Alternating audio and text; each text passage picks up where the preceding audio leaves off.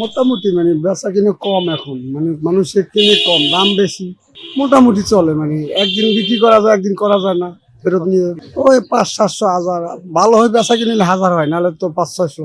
ওই 400-500 থাকে, আবার এমন সময় আছে 700-800 থাকে। বেচা কিনা তেমন একটা হয় না, মানুষের তো জামাত করতে চলে যায়। জামাত করতে চলে গেলে 600-700-800 টাকা বেচে, কোনো রকম ইফতারের পয়সাটা হয়। জিনিস দাম মোটামুটি স্বাভাবিকভাবে যা আছে, আগে তো যা ছিল এখনো তাই আছে, কিন্তু দামে তো কোনো পরিবর্তন হয় না রোজা মাস হিসাবে। না, এই রোজা মাস আমার একটু কষ্টই হচ্ছে। রোজার মাসে আমার একটু কষ্ট হচ্ছে, রোজার মাসে এমন কোনো আমি লাভ পাইতেছি না। তবে কোনো রকম সময়টা কাটান এই হয়েছে, ফ্যামিলি বাড়িতে এটা আল্লাহ দেখতে আছে, আল্লাহ চালাইতে আছে, কোনো রকম চলতে আছে। এটা তো আমাদের কাছে জিজ্ঞেস করলে হবে না, এটা যাবেন কারণ বাজার, যাবেন ওয়াজগার, যাবেন যাত্রা বাড়ি, এই জায়গায় এক কথা বলবেন যে আপনারা এই দামে বেচেন কেন, এই দামে হেরা বেচে কেন, সেই জায়গা যাবেন। এটা আমরা কাছে বেচে আমরা সেভাবে বেছি, আমাকে হলো সীমিত লাভের।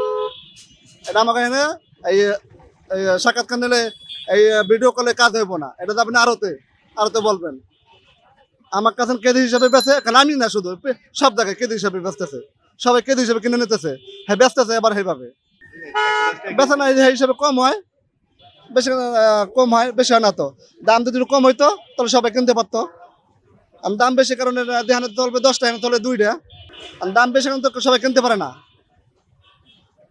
আমরা তো দেহানে আনতাম এক ব্যান, হ্যাঁ না আনি 15-20টা দামের কারণে।